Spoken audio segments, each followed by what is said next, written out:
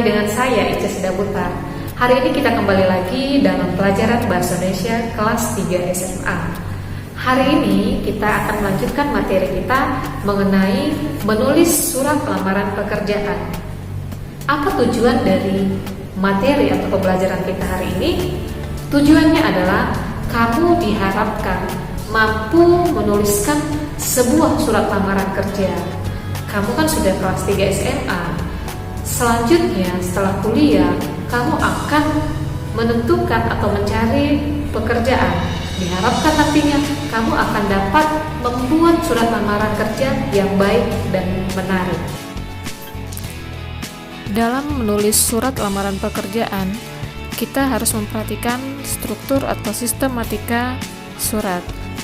Ada 8 sistematika dalam penulisan surat lamaran pekerjaan. Yang pertama ada penulisan tempat dan tanggal, kedua hal, 3 lampiran, keempat alamat surat, kelima salam pembuka, keenam isi surat, ketujuh salam penutup, dan kedelapan tanda tangan dan nama jelas. Penulisan tanggal surat tidak boleh diakhiri oleh tanda baca apapun.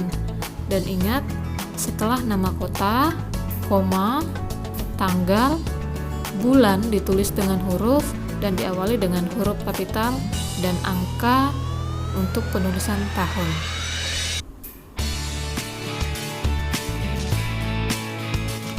Dalam penulisan alamat surat, ada beberapa hal yang perlu diperhatikan.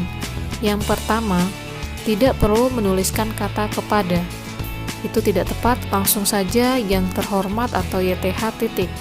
Yang kedua, tidak perlu meningkat penulisan jalan, langsung saja ditulis jalan. Yang ketiga, tidak perlu menggunakan preposisi. Misalkan saja di Medan, itu tidak tepat, yang tepat langsung saja Medan. Dan ada beberapa peraturan lain, kamu bisa baca di slide ini.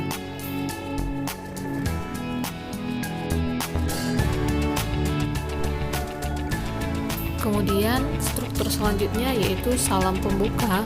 Dalam penulisan salam pembuka umumnya menggunakan kata dengan hormat, koma. Jangan lupa untuk membubuhkan tanda koma di belakang salam pembuka.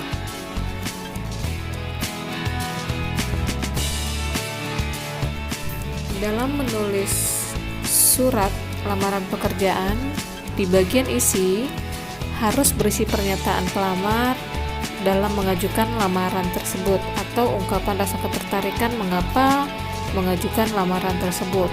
Kemudian di bagian isi surat harus berisi kualifikasi diri si pelamar dan mencantumkan syarat-syarat yang diminta oleh perusahaan. Dan ingat, kata ganti yang digunakan adalah kata ganti tunggal saya dan menggunakan sapaan orang kedua, bapak atau ibu. Struktur yang terakhir adalah bagian penutup surat. Di bagian penutup surat ini ada beberapa yang perlu diperhatikan. Di bagian penutup surat harus berisi kalimat pengharapan dan ucapan terima kasih, serta di bagian salam penutup jangan lupa untuk membubuhkan tanda koma dan tanda tangan serta nama jelas. Nama tidak boleh disingkat, kamu tulis dengan jelas. Demikianlah pembelajaran kita hari ini. Saya harapkan kamu dapat mengerti atau memahami bagaimana penulisan surat lamaran pekerjaan. Semoga setelah ini kamu dapat mengaplikasikan setiap aturan penulisan tadi dalam tugas yang akan saya berikan. Terima kasih, sampai bertemu kembali di pertemuan selanjutnya.